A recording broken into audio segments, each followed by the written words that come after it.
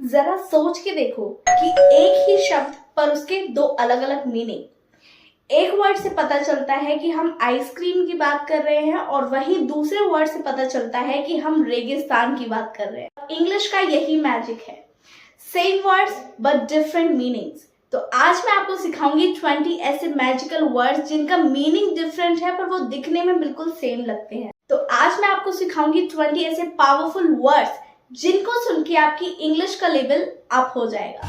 तो hi friends, मैं हूं पूजा राणा और आज हम करने वाले हैं इंग्लिश की एक सुपर इंटरेस्टिंग क्लास। गाइस, आपने सुना होगा वन वर्ड वन मीनिंग, पर इंग्लिश में ऐसे बहुत से शब्द होते हैं जिनके वर्ड सेम होते हैं, साउंड सेम होता है, पर उसके मीनिंग डिफरेंट होते हैं। इन्हें कहते हैं होमोनिम्स और इनको समझना इंग्लिश फ्लुएंसी की असली क्लास है और इन्हें समझना ही फ्लुएंट इंग्लिश की असली स्मार्टनेस है। तो शुरू करते हैं, पर वीडियो को लास्ट तक जरूर देखना क्योंकि वीडियो की लास्ट में आपको मिलने वाली है एक बोनस ट्रिक जिसको फॉलो करके कि आप भी इंग्लिश के मास्टर बन जाएंगे। आज के अलग अलग वर्ड्स हैं। I have two words, बाघ एंड बाघ, ठीक है, जिसमें से एक बाघ का मतलब होता है डॉग की आवाज, जो डॉग भौंकता है उसको कहते हैं हम बाघ, और दूसरे बाघ का मतलब होता है ट्री का आउटर पार्ट, गॉट इट। और दूसरे बाघ का मतलब होता है ट्री की आउटर कवरिंग, ठीक है, पर इनके वर्ड सेम है, प्रोनाउंसिएशन दोनों की सेम है, बट मीनिंग डिफरेंट है। ऐसे ही हमारे बहुत सारे वर्ड्स होते हैं जिनको हम इंग्लिश में बोलते हैं, जैसे बैट, बैट, डिजर्ट, डिजर्ट। ये इसके कुछ एग्जाम्पल्स देख लेते हैं। बाघ के फर्स्ट एग्जाम्पल है the dog barked loudly. Okay, the dog barked loudly। Next मैंने जो बताया, जो ट्री की आउटर कवरिंग रहती है उसको भी हम बाघ कहते हैं, राइट। तो इसके एग्जाम्पल देखते हैं। तो नेक्स्ट एग्जाम्पल है the bark of tree is rough, ठीक है, the bark of tree is rough। तो पहले बाघ का मतलब हुआ डॉग की आवाज और नेक्स्ट बाघ का मतलब हुआ ट्री का आउटर कवरिंग, मतलब दिस वन। अब यहाँ आपने देखा कि दोनों वर्ड्स की प्रोनाउंसिएशन सेम है, पर एक वर्ड जो एनिमल से जुड़ा है और दूसरा वर्ड प्लांट से जुड़ा हुआ है। तो इंग्लिश में ऐसे बहुत सारे वर्ड्स हैं, ऐसे ही हम 20 वर्ड्स को आज की वीडियो में कवर करने वाले हैं। सो वॉच दिस वीडियो जल्दी। सो आपको वीडियो को लास्ट तक जरूर देखना है। तो चलिए बात करते हैं नेक्स्ट वर्ड की।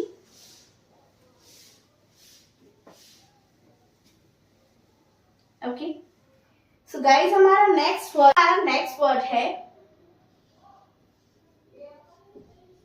बैट एंड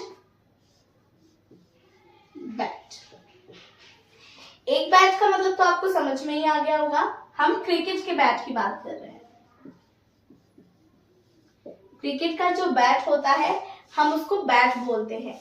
और नेक्स्ट हम बात कर रहे हैं एक ऐसे पक्षी की जो दिन में सोता है, a flying animal who स्लीप्स during the day, मतलब मैं चमगादड़ की बात कर रही हूँ, ठीक है। यहाँ पे दोनों के दिखने में से, यहाँ पे हम देख सकते हैं कि दोनों वर्ड्स दिखने में सेम है, दोनों की प्रोनाउंसिएशन सेम है, पर दोनों के मीन अलग अलग है। पहले एक प्लेइंग चीज की बात हो रही है जिससे हम खेलते हैं, राइट। नेक्स्ट है हमारा चमगादड़। तो पहले हम बात कर रहे हैं बैट की, एक क्रिकेट के बैट की जिससे हम खेलते हैं। नेक्स्ट हम बात कर रहे हैं अ फ्लाइंग एनिमल, मतलब हम चमगादड़, ठीक है। तो दोनों के मीनिंग अलग अलग हैं, बट सेम प्रोनाउंसिएशन है और दिखने में भी सेम है, गॉट इट। तो चलिए कुछ एग्जांपल्स इसके देखते। तो पहला एग्जांपल है ही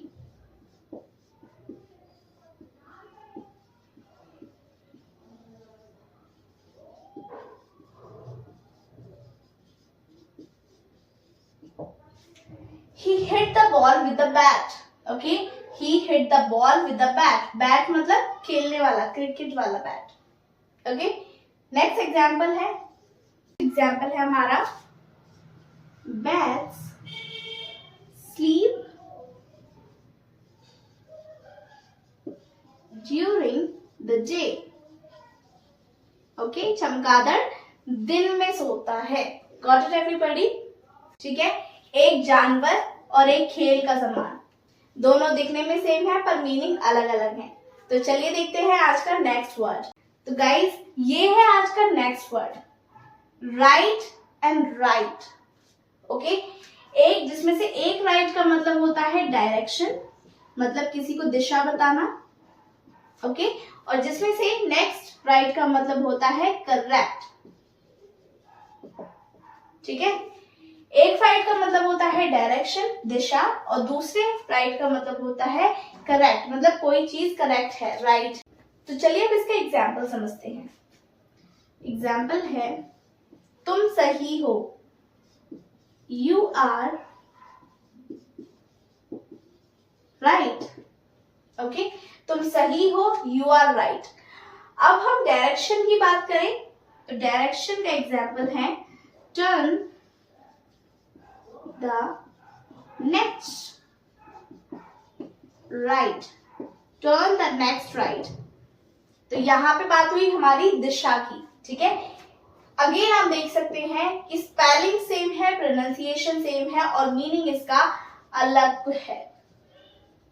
okay, one more thing guys, अगर आप भी इंग्लिश के कुछ ऐसे वर्ड्स के बारे में जानते हैं जिसके प्रोनाउंसिएशन सेम होता है, दिखने में दोनों सेम होते हैं और मीनिंग अलग अलग होती है, तो मुझे कमेंट सेक्शन में लिख के जरूर बताना. ओके एवरीवन, तो चलिए देखते हैं आज का next word.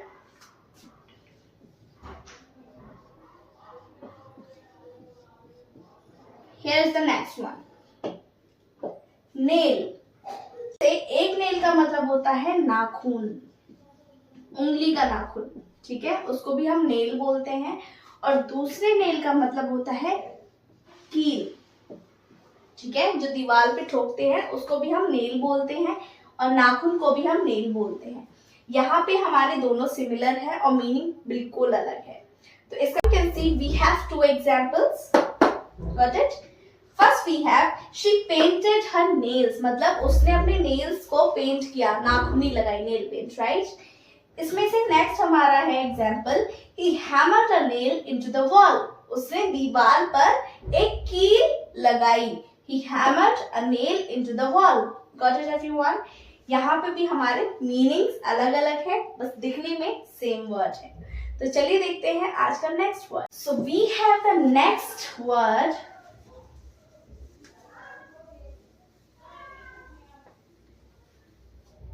that is fifth word, ring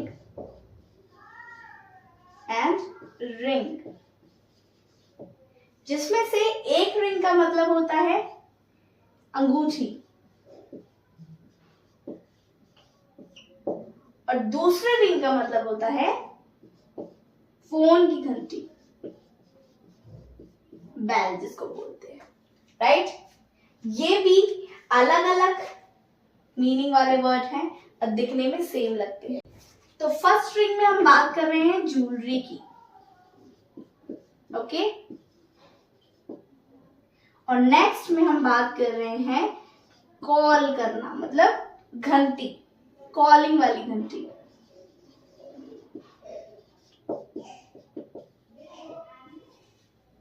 got it everyone? तो चलिए देखते हैं इसके कुछ examples. So let's talk about the example number 1. He gave her a diamond ring.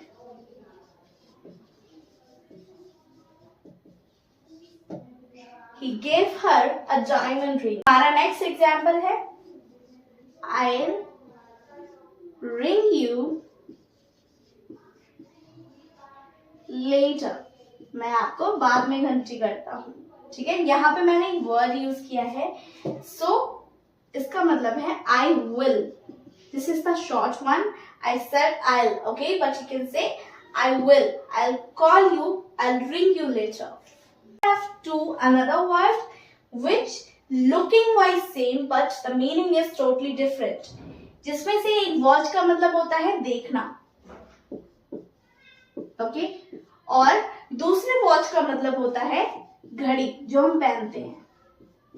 Watch and watch meaning is totally different but it seems like a same. We have two examples. First is watch this video carefully, मतलब देखना. Watch this video carefully, इस video को ध्यान से देखो. Next example we have my watch मतलब घड़ी stopped working, मेरी घड़ी ने काम करना बंद कर दिया या मेरी घड़ी बंद हो गई है. ओके, वॉच का मतलब देखना एंड वॉच का मतलब घड़ी. वर्ब के रूप में होता है देखना, मतलब एक वॉच जो मैंने देखने के लिए बोला था, वॉच ये वर्ब है और दूसरा है हमारा नाउन. Got it everyone? तो चलिए केयरफुली देखते हैं आज का नेक्स्ट वर्ड. तो आज का नेक्स्ट वर्ड है, this is so shocking, right? Match and match. अब आप सोचिए कि मैं किस मैच के बारे में बात कर रही हूँ. आई होप कि आपको बहुत अच्छे से पता होगा. फर्स्ट मैं बात कर रही हूँ क्रिकेट के मैच की.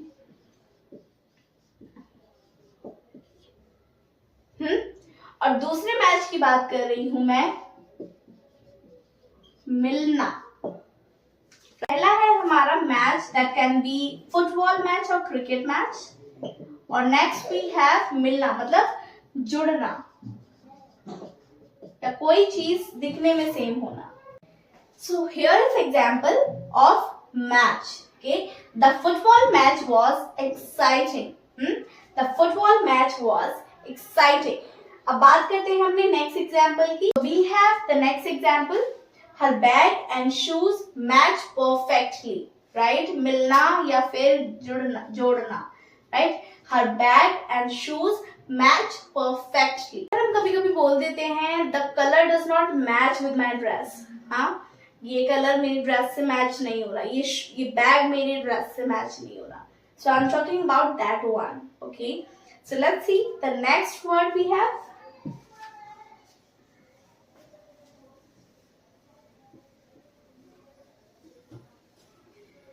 So next word we have fly and fly, right? Fly and fly. Let's see कि इन दोनों की मीनिंग क्या है. एक फ्लाई उड़ना, ओके, और दूसरे फ्लाई का मतलब होता है मक्खी. ठीक है, एक फ्लाई का मतलब होता है उड़ना और दूसरे फ्लाई का मतलब होता है मक्खी. अब एक से एग्जाम्पल देखते हैं. Words can fly in the sky. Words can fly in the sky. पक्षियां आकाश में उड़ सकते हैं. Okay, let's talk about the next example that's related to this fly, मतलब मक्खी से जुड़ा हुआ. So the next example, there's a fly in my soup. मेरे सूप में एक मक्खी है. Okay everybody, तो हमारा next word है bank and बैंक. एक बैंक जिसमें हम पैसा रखते हैं, ओके, और दूसरा बैंक जो होता है नदी का किनारा, उसको भी हम बोलते हैं बैंक. रिवर बैंक आपने सुना होगा. और दूसरा बैंक जिसमें हम अपने पैसे सेव करके रखते हैं. पैसा रखने की जगह को भी हम बैंक कहते हैं और नदी के किनारे को भी हम बैंक कहते हैं. ओके, चलिए देखते हैं इसका एग्जाम्पल. पहला एग्जाम्पल है I opened a new bank account. I opened a new bank account, जिसमें हम पैसा रखते हैं, that one. इसका नेक्स्ट एग्जाम्पल है, so we have another example of bank, they sat on the river bank, they sat on the river bank मतलब नदी का किनारा, river bank. Got it everyone? तो ऐसे ही देखते हैं अपना next word. Next word we have letter and letter. Okay, दोनों लेटर हैं, दिखने में भी सेम है और प्रोनाउंसिएशन भी सेम है, पर इसके मीनिंग क्या क्या है। इसमें से एक लेटर का मतलब होता है पत्र, जो हम लिखते हैं किसी को, ओके, और जिसमें से दूसरे लेटर का मतलब होता है अक्षर।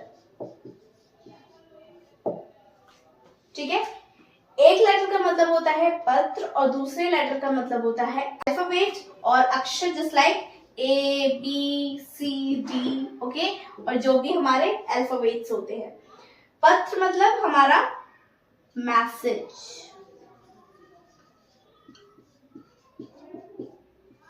जो हम किसी को देते हैं, पत्र, लेटर या फिर मैसेज। चलिए देखते हैं इसके example. I wrote a letter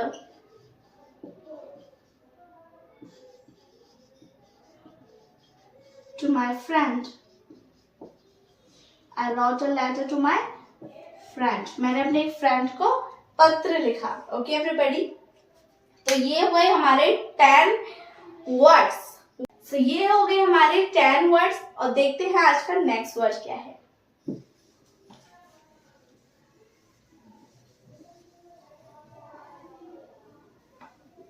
word है पार्क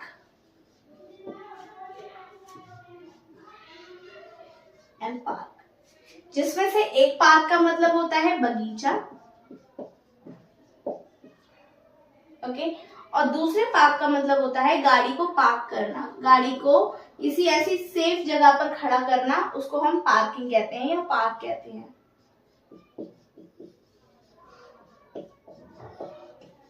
क्या पार्क करना, फाइन। हमारे कुछ एग्जाम्पल पार्क से जुड़े हुए। पहला एग्जाम्पल है we went to the park, हम बगीचे में गए या फिर हम पार्क में गए। ठीक है, नेक्स्ट एग्जाम्पल है please park your car here, मतलब अपनी गाड़ी को यहाँ पे खड़ा कर दो, please park your car here. ये है हमारा नेक्स्ट वर्ड, एक लाइट एंड लाइट, जिसमें से एक लाइट का मतलब होता है रोशनी एंड दूसरी लाइट का मतलब होता है हल्का। ओके, एक लाइट का मतलब होता है रोशनी मतलब बल्ब या कुछ और लाइट, और जो दूसरे का मतलब होता है हल्का मतलब लाइट वेट, कंफर्टेबल। लाइट मतलब हल्कापन। एग्जाम्पल देखते हैं, टर्न ऑन द लाइट मतलब लाइट चालू कर दो, turn on the light. Okay, next example है this bag is so light या this bag is light. Okay everybody, एक का मतलब होता है लाइट मतलब हल्का और दूसरे का मतलब होता है लाइट मतलब रोशनी। तो चलिए देखते हैं आज का next word. So next word we have can and can, okay, जिसमें से एक कैन का मतलब होता है एबिलिटी, मतलब किसी चीज के सक्षम होने को हम कहते हैं कैन। ओके, और नेक्स्ट कैन का मतलब होता है मेटल का कंटेनर, मतलब जूस का कैन या फिर कोई भी चीज जो मेटल की बनी होती है उसको हम मेटल आई मीन कैन कहते हैं, कंटेनर। Got it everybody? एक कैन का मतलब होता है एबिलिटी, मतलब किसी चीज का सक्षम होना, और दूसरे कैन का मतलब होता है मेटल का कंटेनर, राइट। एग्जाम्पल है, अगर हम एबिलिटी की बात करें तो आई कैन स्पीक इंग्लिश, ये हमारी एबिलिटी है, मतलब मैं इस काम में सक्षम हूँ। I have this power that I can speak in English. Got it? And if I talk about the next can that is metal container, तो उसको हम बोलेंगे can you open this can, open this can, या फिर can you please open this juice can. ठीक है, वो metal का कंटेनर, हम उसकी बात कर रहे हैं। तो चलिए देखते हैं आज का next. You can see we have the next word that is pen.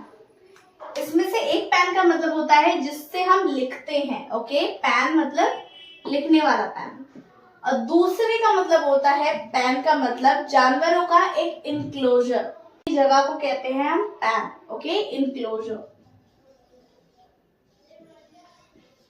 ठीक है, एक लिखने वाला पेन और दूसरा जानवरों को रखने वाली जगह, एक लिखने वाला पेन और दूसरा जानवरों को रखने के लिए हम इंक्लोजर, उसको भी हम पेन बोलते हैं।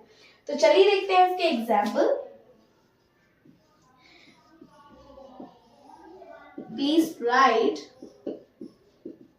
With blue pen, okay, please write with blue pen मतलब नीले पेन से लिखो। और नेक्स्ट एग्जाम्पल है हमारा the sheep are in the pen, जानवरों को रखने के लिए भी हम पेन का यूज करते हैं। तो चलिए देखते हैं आज का next word. So we have the next word is fair, okay, जिसमें से एक फेयर का मतलब होता है ईमानदार और दूसरे फेयर का मतलब होता है मेला। ठीक है, पहला फेयर हम ईमानदार के लिए यूज करते हैं, मतलब न्यायिक के लिए यूज करते हैं, और नेक्स्ट वी हैव मेला, मेला के लिए भी हम फेयर का यूज करते हैं।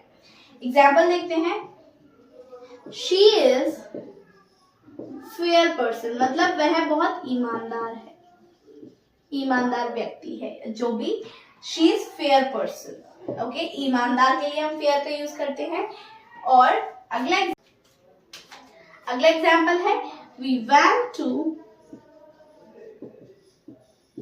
fair last night, हम कल रात को मेले में गए, ओके। एक फेयर मतलब मेला और दूसरा फेयर मतलब ईमानदार, ईमानदार पर्सनालिटी। तो चलिए देखते हैं आज का नेक्स्ट वर्ड इज रॉक, जिसमें से एक रॉक का मतलब होता है पत्थर और दूसरे रॉक का मतलब होता है हिलना या फिर झूलना, झूलने या हिलने के लिए भी हम रॉक का यूज करते हैं। ठीक है, रॉक मतलब दिखने में बिल्कुल सेम है, प्रोनाउंसिएशन भी बिल्कुल सेम है, पर दोनों की मीनिंग अलग अलग है, जिसमें से एक का मतलब होता है पत्थर और दूसरे का मतलब होता है हिलना या फिर झूलना, दोनों। तो ये है हमारे रॉक से जुड़े हुए कुछ एग्जाम्पल्स, जिसका पहला एग्जाम्पल है he threw a rock, उसने एक पत्थर फेंका। ठीक है, he threw a rock, उसने एक पत्थर फेंका। Next example we have the baby rocked in the cradle, okay, the baby rocked in the cradle, जिसमें से एक का मतलब हुआ पत्थर rock और दूसरे का मतलब हुआ हिलना या फिर झूलना। Got it everyone? Let's see the next word. तो चलिए देखते हैं आज का नेक्स्ट वर्ड, जो कि दिखने में और बोलने में सेम है पर मीनिंग अलग है। Next word we have date and date. Next है हमारा डेट एंड डेट, जिसमें से एक डेट का मतलब होता है कैलेंडर की तारीख, ओके, कैलेंडर की तारीख को भी हम डेट बोलते हैं। और नेक्स्ट डेट होती है एक romantic meeting, okay, romantic meeting को भी हम डेट बोलते हैं। और एक होती है हमारी कैलेंडर की तारीख। देख सकते हैं दोनों दिखने में सेम है, प्रोनाउंसिएशन भी सेम है, बट दोनों के अलग अलग मीनिंग है, मीनिंग यहाँ पे आप अलग अलग देख सकते हो। तो चलिए देखते हैं इसके कुछ एग्जाम्पल है हमारा। व्हाट्स टुडेज डेट, आज की तारीख क्या है, what's today's date, okay, what's today's date, आज की तारीख क्या है। Next example we have she went on a date, वो डेट पर गई, वो एक रोमांटिक मीटिंग पे गई, she went on a date, okay. So ये थे हमारे वर्ड्स। आज का देखते हैं नेक्स्ट वर्ड क्या है, जिसका मीनिंग आप भी अभी तक अवेयर नहीं करते। Let's see the next word we have. तो आज का अगला वर्ड है हमारा शील एंड शील, जिसमें से एक शील का मतलब होता है पैकिंग, कोई टाइट पैकिंग, ओके। नेक्स्ट शील का मतलब होता है समुद्री जानवर, ओके एवरीवन। शील मतलब समुद्री जानवर,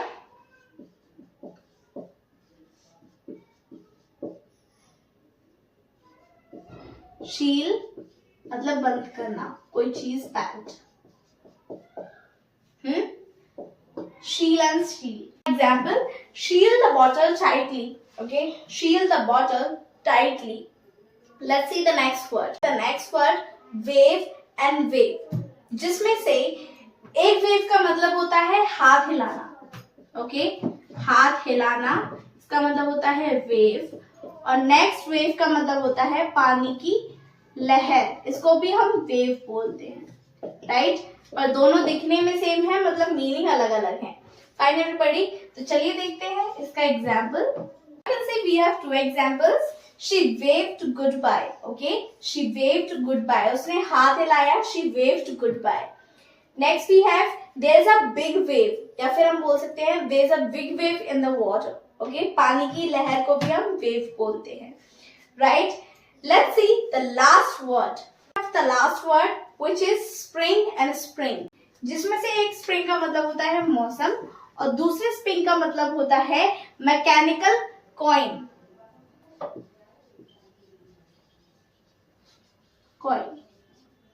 ठीक है. I have two examples. Spring is my favorite season. Okay, spring is my favorite season. अगला है the spring in my pan broke.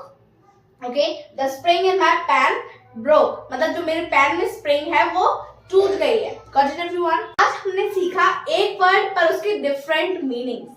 Got it? अगर आप भी ऐसे कुछ वर्ड्स जानते हैं तो मुझे कमेंट सेक्शन में जरूर बताना. और जब भी आप इंग्लिश बोलो तो इस तरीके के वर्ड्स अपनी कम्युनिकेशन में जरूर ऐड किया करो. इंग्लिश बोलना कोई डिफिकल्ट काम नहीं है, ये बहुत इजी है. अगर आपके पास वोकैबुलरी है, वर्ड्स है, फ्रेजेस है, तो आप उनको यूज करके अपनी इंग्लिश, बेसिक इंग्लिश को भी काफी फ्लुएंट बना सकते हैं. ऐसे इंफॉर्मेटिव वीडियोस के लिए hit the subscribe button and share this videos to those who just want to improve their English communication. Thanks for watching guys. Keep learning and keep improving. Let's meet in the next video. तब तक के लिए bye bye.